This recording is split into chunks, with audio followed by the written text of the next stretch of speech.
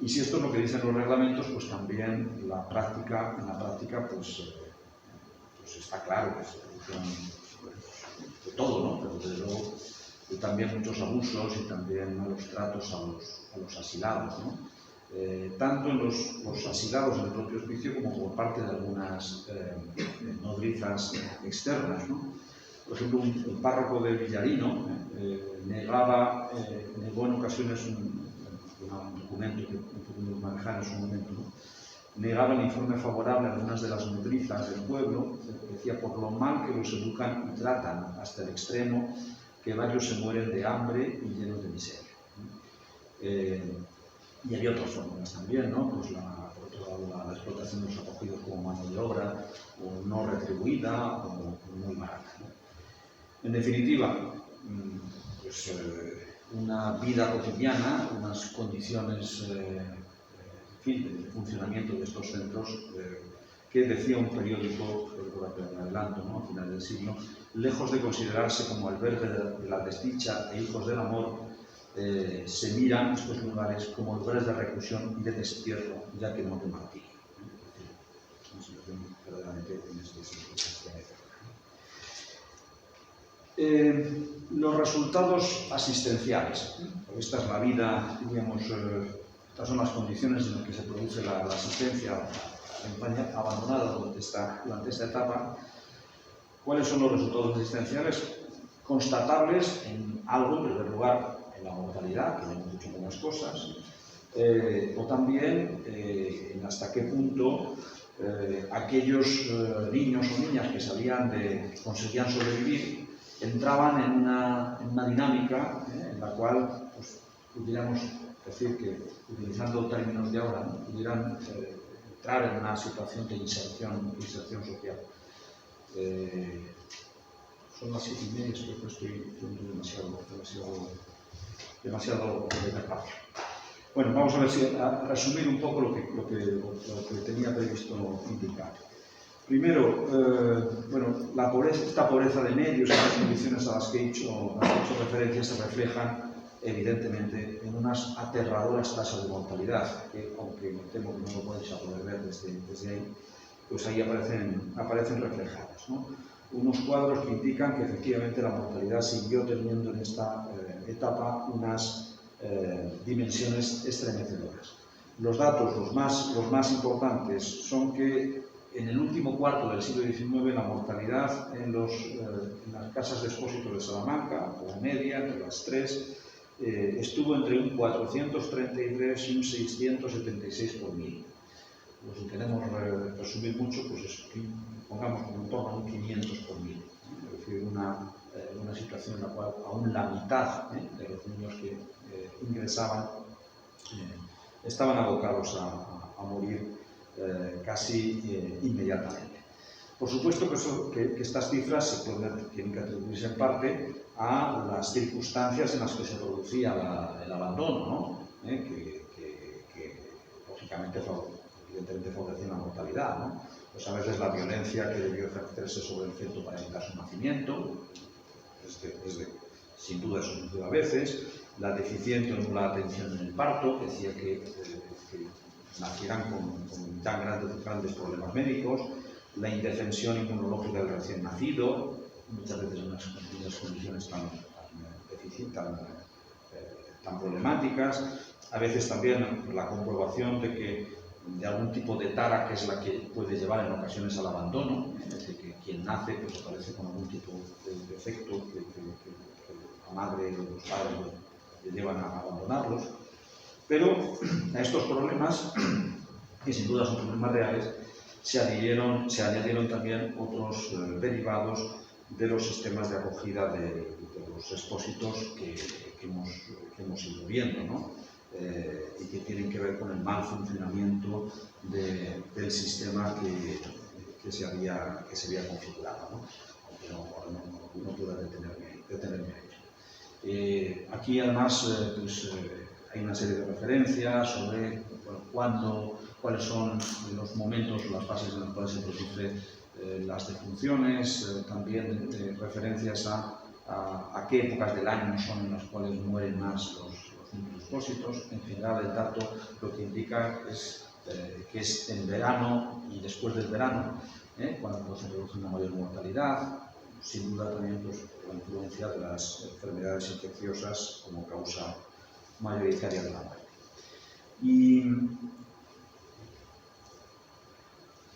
Y también, igualmente, pues podemos hablar de otra dimensión del fracaso, ¿no?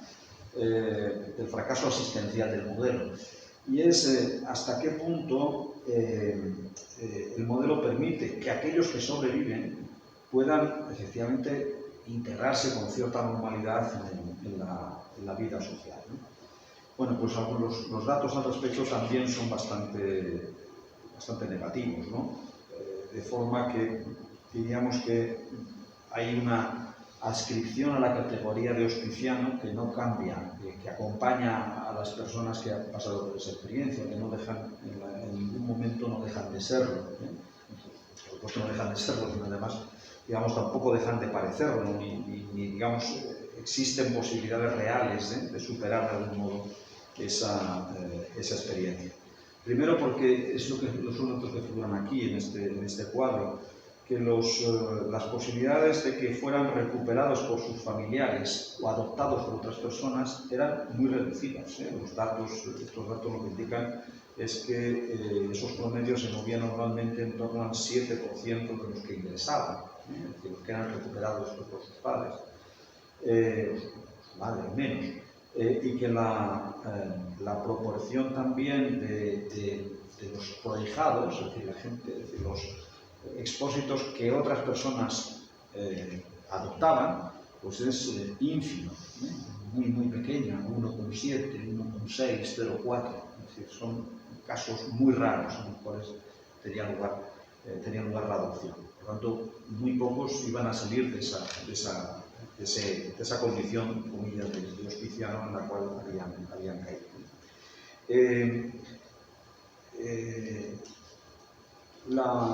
Igualmente, es el último elemento que podemos también considerar, que es lo que sucede con la capacidad, porque además de la casa de expósitos, en el hospicio existía todo un sistema que trataba de formar, de alfabetizar y de darle algún tipo de formación profesional a estos niños que efectivamente, aquellos, esa pequeña parte que conseguía sobrevivir. Y también en esto, pues lo que se puede decir es muy negativo, ¿no? Y es que el número de personas que acudían que eran, es decir, que al tener los 12, 13, 14 años, pues acudían a realizar alguna actividad laboral, pues de ellas una parte sustancial volvía a la propia casa, ¿no? Bueno, hay una serie de datos que pueden figurar, que pueden ilustrar esta realidad que también hace que digamos, los mecanismos de integración en general tampoco funcionasen. Bueno, este sistema es el sistema que podemos decir que caracteriza a la atención a la infancia abandonada de la Salamanca contemporánea, fundamentalmente pues, desde mediados del siglo XIX hasta las primeras décadas del siglo XX. Y que, lógicamente, en Salamanca, como en el resto de España, las cosas comenzaron a cambiar, pues, fundamentalmente a partir de eso, ¿no? En torno a los años 15, 20 del siglo pasado. No hay estudios, no se han hecho estudios, antes decía el caso de Béjar, ni siquiera para Salamanca, no hay estudios a los que podamos acudir. Existen las fuentes, pero no se han realizado estudios sobre ellos para esta etapa, pero sí podemos sacar alguna referencia de estudios más generales. Por ejemplo, un dato de una obra sobre una obra de carácter general para el sistema existente en España, es un dato del año 1916, que indica que en ese momento la mortalidad de la casa de expósitos de Salamanca sería de 154 por 1000. Si es una cifra representativa, no la de un año, pues nos indicaría que efectivamente las cosas estaban cambiando, que sin duda estaban cambiando, quizá no tanto, ¿no? Quizá la caída de esa mortalidad que refleja esa cifra resultaría demasiado abrupta, pero sin duda estaba cambiando, ¿no? Y si no fue en torno a 1916, pues seguro que en los años 20 y los primeros años 30 las cosas ya funcionaban, estaban empezando a funcionar de otro modo. Porque efectivamente en Salamanca se estarían verificando también, sin duda, los procesos generales que tienen lugar en toda España. En primer lugar, una reducción de los abandonos y, en segundo lugar, los progresos médicos que comenzaban a hacer que muchas de esas enfermedades que se suscitaran no tuvieran los efectos letales que tenían en el siglo XIX. También conocemos que siguieron las discusiones sobre la necesidad de renovar el hospicio, de renovar los locales, al menos el de Salamanca, y también sobre su deficiente funcionamiento, y que también hay polémicas, en las que tenemos alguna referencia, aunque no se han estudiado en detalle, sobre el sistema de nodrizas externas. Hay una referencia, que la voy a evocar ahora, porque tiene que ver con un acontecimiento del que se celebra ahora el centenario, que es el viaje de Alfonso XIII a las Urdes, el famoso viaje de Alfonso XIII a las Urdes, que entró por las Urdes y salió, digamos, el viaje termina en la provincia de Salamanca, pasa por la Alberca, en la Alberca pasa una mañana y una comida, y luego pasa por Béjar también, en junio del 22. Por tanto, se va a celebrar, va a tener lugar para pasar los 100 años. Bueno, pues en ese viaje, en el que se puso la atención sobre el problema de los urdanos, el problema de la población de las Urdes, surgió también, indirectamente, acabó apareciendo un problema también relacionado con el tema que estamos tratando aquí. Y es que en una memoria que preparó el obispo de Coria y entregó a Alfonso XIII con motivo del viaje, aparecía además como uno de los problemas que más urgentemente debía solucionarse para mejorar la situación de la población de las Urdes, era que la Diputación de Salamanca tenía que hacer frente a muchos pagos pendientes a las nodrizas de las Urdes, ¿no? Desde que esta práctica seguía existiendo y seguía existiendo también muchos otros problemas que hemos visto en el siglo XIX. En este contexto es en el que en los años durante la Segunda República ya aparece un proyecto de construcción de una nueva residencia provincial de niños, que fue la que finalmente se hizo, ¿no?, en la zona de la Prosperidad, que se llamó la Residencia Provincial de Niños de San José, con un proyecto que arranca en los años 30, en el año 33, 34, y que dio lugar ya a su definitiva inauguración tras la Guerra Civil.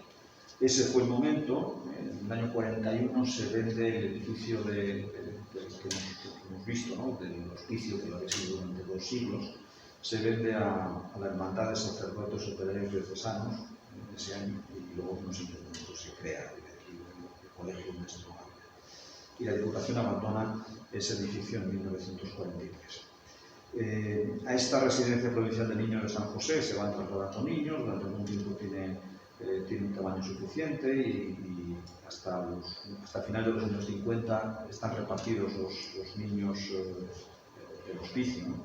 Están repartidos entre la nueva residencia, que está en un permanente proceso de ampliación, con los niños que dependiendo de la Diputación, se alojan en la Fundación Rodríguez Fabrés, que es una fundación creada a comienzos del siglo XX. También es una época en la que aparecen nuevas iniciativas, como el Hogar Cuna de Auxilio Social, que depende de Falange, ya al final de la Guerra Civil, y de la que depende también otra institución que actúa en esta misma línea, que es la Casa de la Madre, que se abre en el año 1945 y que se sitúa en Salamanca junto a la Valedilla.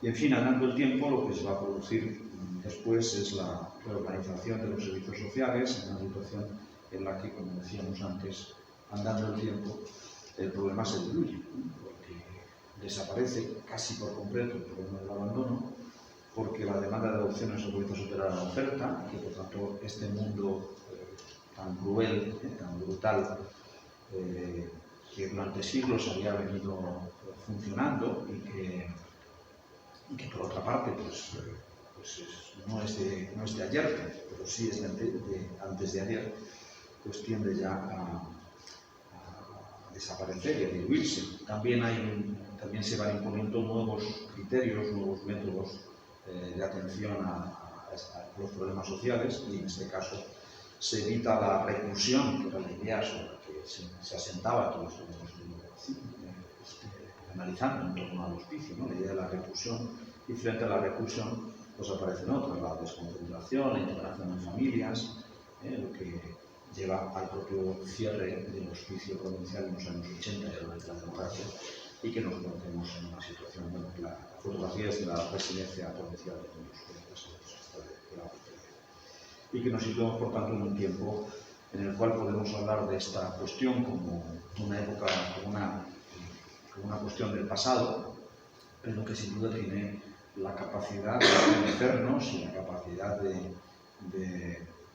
ponernos en situación de una dimensión terrible de la historia, que, dicho sea de paso, pues bueno, yo supongo que todos que estáis aquí o habéis visto ya o perdéis la idea de ver la exposición que está arriba, las medidas expuestas, que yo creo que es una buena aproximación, aunque molesta en medio, pero es una buena aproximación a este problema, ¿no?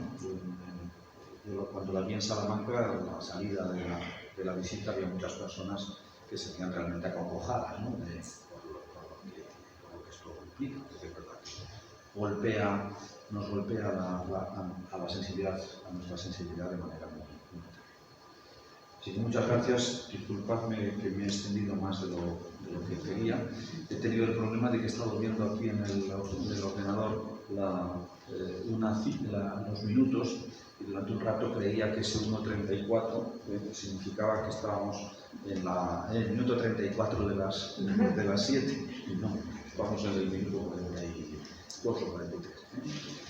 Así que nada, muchas gracias. El tiempo que tengamos, que me parece que no es mucho, pero si tenemos posibilidad de charlar un rato, pues con esta encantado. Muchas gracias.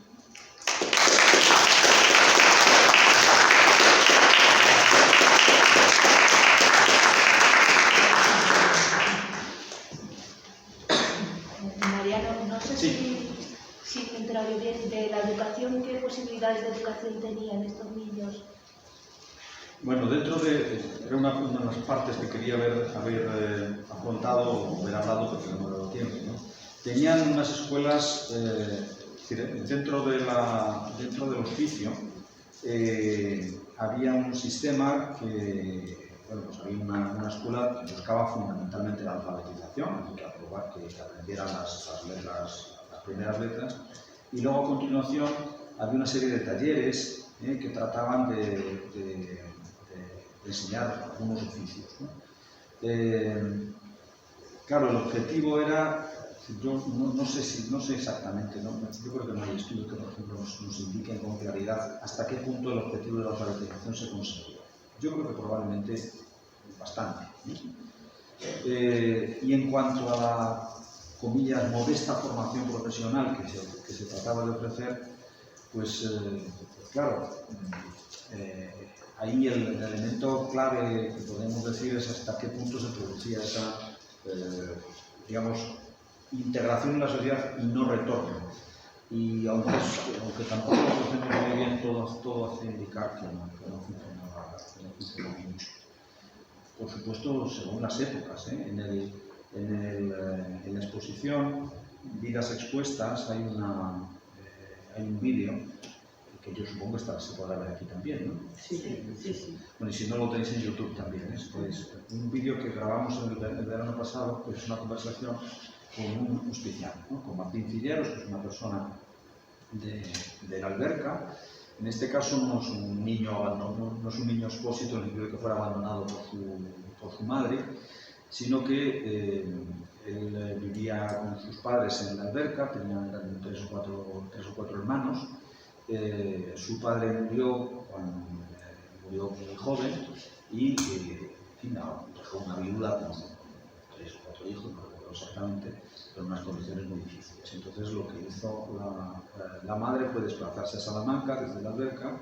Ella se puso a servir en una casa y los niños entraron en la residencia, ¿no? Bueno, yo creo que la entrevista es muy interesante porque bueno, este señor, Martín Cillero, da mucho juego, porque es muy expresivo, ¿no? y evoca muy bien, es decir, le hago preguntas sobre, bueno, hasta qué punto es importante, qué recuerdas de esa experiencia, etc. Bueno, entonces, este caso, sin embargo, porque claro, es un caso de alguien que estuvo, que formó parte de este sistema asistencial en el siglo XX y concretamente en los años 50. Y él dice allí que efectivamente aprendió el oficio, un oficio de banista, para trabajar en la madera, que luego lo contrató González del Rey, todos como una de las empresas más mejores de Salamanca, y luego, por lo que yo sé, no de lo que me dijo él, algunas otras personas que lo conocían, que ahora ya está jubilado, ¿no? Pero decían, no, era estupendo, es decir, que no es un caso de alguien que aprendió muy bien el oficio. Pues bueno, estos son los años 40-50, ¿no?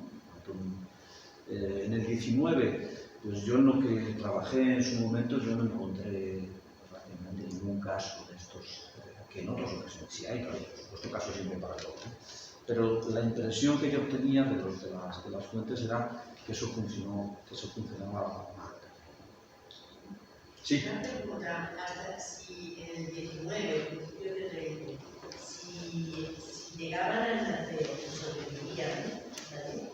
Y luego no lo podía adoptar la familia ni nada así, ¿hasta qué edad se quedaban en el orfanato? Hasta los 12, quiero recordar. Me parece que es hasta los 12 años. A partir de los 12. Luego se iban a la calle y ya. Sí. Pues tampoco podían haber recibido la escuela. Bueno, a los 12 era el momento en que empezaban a entrar en el ámbito laboral. Entonces, a partir de los 12, no sé si permanecían hasta los 14, y luego había otro problema, que bueno, ahí también es una de las cosas que permanentemente en la Diputación se está tratando, ¿no? Es decir, que hay que reducir, porque es verdad que el peso del gasto relacionado con la beneficencia es abrumador, ¿no? Es decir, ya en circunstancias normales, como decíamos, 40-42%, ¿no? del total del gasto. Entonces hay la idea de hacer economías, a término también de la época, hay que hacer economías, hay que reducir el gasto y hay que buscar también ingresos. Bueno, los ingresos se buscaban pues, a través bueno, en ocasiones buscando a ver si había alguna fórmula de una donación o si alguno de los abandonados al final se procedían de una familia que tuviera recursos, bueno, por ahí se conseguía un negocio. Y lo otro era conseguir, es decir, la otra forma de economizar, es decir, de reducir el gasto, era reduciendo el número de personas que estaban en el hospicio. Es decir, aquellas que tenían más de los, es decir, que ya no eran niños y que estaban en el hospicio pues porque eran pobres y tenían algún tipo de problema, ¿no? De invalidez, del tipo que fuera. Y sobre eso, pues, se insiste y tampoco se consigue gran cosa. Entonces, bueno, la situación en esto... Y es verdad que todo... Es decir, a los profesores de historia le decimos a los estudiantes, y por lo tanto tenemos que introducir ese elemento, que no hay que ser... que no hay que ver el pasado con los ojos del presente, es decir, que son sociedades distintas, que el mundo es distinto. Bueno, por tanto, es verdad que no hay que... digamos, rasgarse las vestiduras, ni por otra parte que esto que estamos diciendo aquí de Salamanca es lo que está pasando en otros sitios. No hay algunos lugares, se hace un estudio comparado de estas situaciones, estos datos con otras provincias, pues vemos que es bastante parecido, ¿no? Por lo tanto, hay que relativizar, porque es otra sociedad, es otro tiempo, es otra situación. Hay otra sensibilidad, lo decimos antes de empezar, hay otra sensibilidad ante la muerte. Para nuestros ciudadanos de nuestra época o personas de nuestra época y de nuestras sociedades occidentales, la muerte es una gran tragedia, siempre lo es, pero no la vemos del mismo modo como se veía. Con la muerte se ha convivido históricamente de otro modo, ¿no? De manera mucho menos aguda, ¿no? Como la podemos ahora experimentar o sufrir. Pero así todo, es decir, hagamos todo ese esfuerzo de no ser presentistas, hagamos ese esfuerzo de colocarnos en la época y sin embargo, todo este mundo que revela lo que hemos estudiado, pues no deja de acomodar, ¿no? Deja de ser una cosa, un elemento terrible. ¿Tienes datos sobre la Iglesia Católica si jugó algún papel en esta situación? ¿Cómo, perdón? La Iglesia Católica. La Iglesia Católica Ah, Antonio, tuvo usted algún no estaba papel viendo. relevante en esta situación.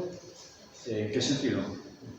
¿En qué sentido? La Iglesia Católica pues, estaba presente de forma caritativa, ejerciendo la caridad y ejerciendo pues, una serie de procesos de este tipo. Si realmente pues, esta situación pues, tiene datos de que tuvo o tuviera alguna cierta implicación. No, implicación, vamos a ver, para empezar, hasta la crisis del antiguo régimen en España, es decir, hasta la revolución liberal que culmina en los años 30, y que desde el punto de vista de la acción social se establece por los años 40 y 50, con estas leyes a las que hacía alusión de eficiencia y de sanidad. Para empezar, en toda la etapa anterior, la asistencia a la beneficencia y la asistencia social en todos los terrenos, incluido este, es esencialmente iniciativa eclesiástica. Es decir, son fundaciones que pueden ser privadas, o reales, o privadas, o personas, pero siempre los protagonistas, quienes intervienen en la gestión de estas instituciones que tratan de evitar la catástrofe en este sentido, es la Iglesia Católica. Por tanto, no hay nada, es decir, los poderes públicos, los ayuntamientos se comprometían también a veces con la Iglesia, con los obispos, con los canónigos, con alguna orden religiosa, etc. Pero esencialmente era una función eclesiástica. Cuando cambian las cosas a partir del establecimiento de este sistema que hemos llamado asistencia liberal, el modelo no es un modelo que implica sin más el paso de lo privado católico a lo público y estrictamente público, sino que en la asistencia liberal, para empezar, lo público se concibe también siempre en la complementariedad con lo privado. Por tanto, toda la España del siglo XIX pues, sigue siendo una España en la cual la Iglesia tiene un peso muy fuerte desde el punto de vista asistencial. Pero es que además, en la propia gestión de lo público, la Iglesia tiene igualmente un peso decisivo. Estamos hablando específicamente en el caso de las inclusas, de las casas de expósitos, la gestión, lo comentaba antes, ¿no? La atención, las personas que están a cargo de estos establecimientos son esencialmente religiosas, son hijas de la caridad. Es decir, la mayoría del personal que uno pudiera llegar a visualizar en una inclusa del siglo XIX son hijas de la caridad. Por lo tanto, claro que tienen peso eclesiástico. Y luego, además, un poco atropelladamente, pero también he hablado a veces de capellanas, de las misas, que todo tiene ese componente religioso muy importante. Pero en esta etapa, la atención a la infancia abandonada en la España de la segunda mitad del siglo XIX, es decir, tras la crisis del antiguo régimen, es algo que está que está bajo la responsabilidad de los poderes públicos y específicamente de las diputaciones. Los ayuntamientos también colaboran en algunos, tienen otra parte, ¿no? Los ayuntamientos en este sistema básicamente son quienes ofrecen atención médica al conjunto de la población a través de unos padrones que cada ayuntamiento tenía, que eran los padrones de pobres. Quien tenía la cédula de pobre tenía derecho a una asistencia médico-farmacéutica que contrataban los ayuntamientos. Antes, mucho antes, por supuesto, de llegar a la seguridad social. Perdona, antes Sí, no, Mariano. Yo, siendo director del Centro de Adultos Mateo Hernández en el año 84, asistí a una, quizás de las últimas reuniones de la Comisión de Beneficencia en el Ayuntamiento de Béjar, donde se le daba el carnet de pobres para que pudieran ir a la farmacia que estaba entonces aquí en el contrario de Pizarro, que era la que tenía el concierto del Ayuntamiento, para que aquellas personas que tenían la calificación de pobres fueran a recoger allí las medicinas. Hablamos del año 1984. Claro, bueno, pues, digamos, ese es es digamos la parte residual de un sistema que en otro tiempo era la única atención pública médico-farmacéutica, era de los ayuntamientos. A través de a través de ese instrumento que era la creación de los padrones de poder, que por cierto era en el siglo XIX también un elemento de creación de clientelismo político, por supuesto. Es decir, que estar o no en el padrón de pobres pues, te facilitaba el acceso a esa atención médica. Como lo comentábamos antes de entrar. Desde el punto de vista, la época, incluso las categorías y los nombres no significan lo mismo que ahora. ¿No? Son los hospitales, que es una de las, en el antiguo régimen o en el propio siglo XIX. Los hospitales no eran unos sitios donde había un médico, los médicos también. En Salamanca, por cierto, las diputaciones, además de la atención a la infancia abandonada, todas las funciones fundamentales que tenían que atender de acuerdo con la ley, era la creación de hospitales. Hospitales para pobres enfermos. Los ricos no iban a los hospitales en la época, solo iban a los pobres. Y esa atención, esa obligación legal, la Diputación de Salamanca no la cumplió hasta la época de Primo de Rivera, que es cuando se crea el Hospital Provincial, que está justamente, ahora es un centro de ancianos, pero está frente con el antiguo hospital. Porque las veces, diríamos, la función de hospital provincial, durante toda esta etapa, la ejercía el Hospital de la Santísima Trinidad, que era en realidad una fundación privada del siglo XVI o siglo XVII, pero que tenía apoyo de la Diputación. Bueno, pues los hospitales en la época no tenían esta condición de centros dedicados a la curación de las personas. Eran, ¿cómo diríamos? Eran asilos para enfermos, pobres, a punto de morir. De manera que había una resistencia. Hay una novela que capta muy bien esa, de Luciano González Tejido, el novelista salmantino, no recuerdo cuál era el título, pero que justamente evoca perfectamente esa sensación. Además está ambientada en Salamanca, parece que Salamanca es la Santísima Trinidad, las descripciones. Evoca muy bien un sentimiento muy arraigado y que yo lo recuerdo de mi abuela. Mi abuela que nació por el año, no sé, que nació por el año 4 o 3 o 4, por lo tanto todavía es el miedo al hospital, que no es el miedo que todo el mundo podemos tener, evidentemente, ¿no? El miedo al hospital porque había algo que les decía que el ir al hospital significaba que tenías muy pocas posibilidades de salir, ¿no? Porque los hospitales eran sitios para morir, y sitios solo para los pobres. Los ricos no morían en los hospitales, morían en sus casas, y se les atendía en sus casas. Los hospitales no eran, si había que hacer una cirugía, te la hacían en otro sitio, no hospitales, que eran instituciones benéficas, con objetivos no curativos, no propiamente curativos, sino de lugar donde podías tener donde podías morirte bajo techo, Entonces, bueno, es una situación desde este punto de vista, de todo lo que implica un ámbito completamente nuevo, ¿no? Y que cambia nuestras sociedades, que son los seguros sociales, la previsión social, primero, previsión social privada, después los sistemas de seguros sociales ligados al estado de bienestar, hacen que todo este mundo del que estamos hablando, de las políticas sociales, también nos parezca un mundo remoto, un mundo en el que decíamos, los ayuntamientos eran, a través de esta institución, el padrón de pobres, quienes, la parte de los poderes, porque el Estado estaba completamente al margen de la acción social. Es decir, estas leyes de beneficencia establecían que el Estado únicamente tenía que ocuparse de crear algunos establecimientos generales, y había 2 o 3, el Hospital de Naudes en Madrid, y lo fundamental eran las provincias y los ayuntamientos. Las provincias tenían la función de crear, de atender a los expósitos y a los hospicianos, diríamos, y además los hospitales, y los ayuntamientos la atención la atención médico-farmacéutica a los pobres, a través del hospital. Sí, permíteme que te haga un apunte que creo que es importante, porque aquí habrá gente que lo sepa y habrá gente que no.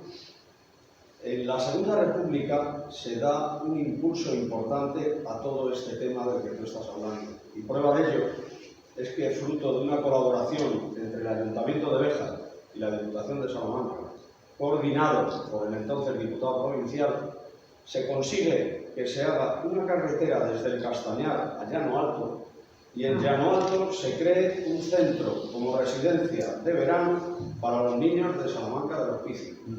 Todo aquello nace en aquel momento. Hoy aquello es el albergue juvenil de la Junta de Castilla y León, pero el origen de ese edificio está en una residencia de verano que estaba regentada por las monjas de la orden que has citado tú y que bueno, pues se desarrolló en el año 34-35, se inaugura.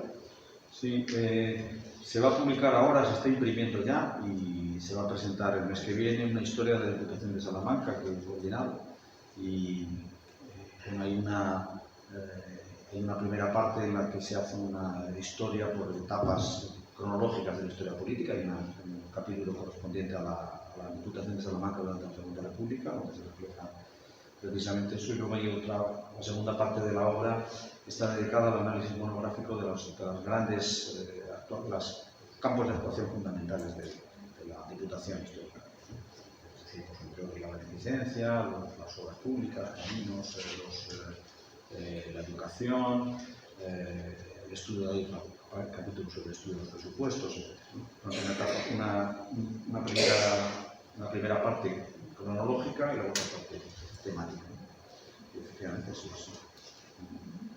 Porque bueno, la República le dio poco tiempo, pero le dieron poco tiempo.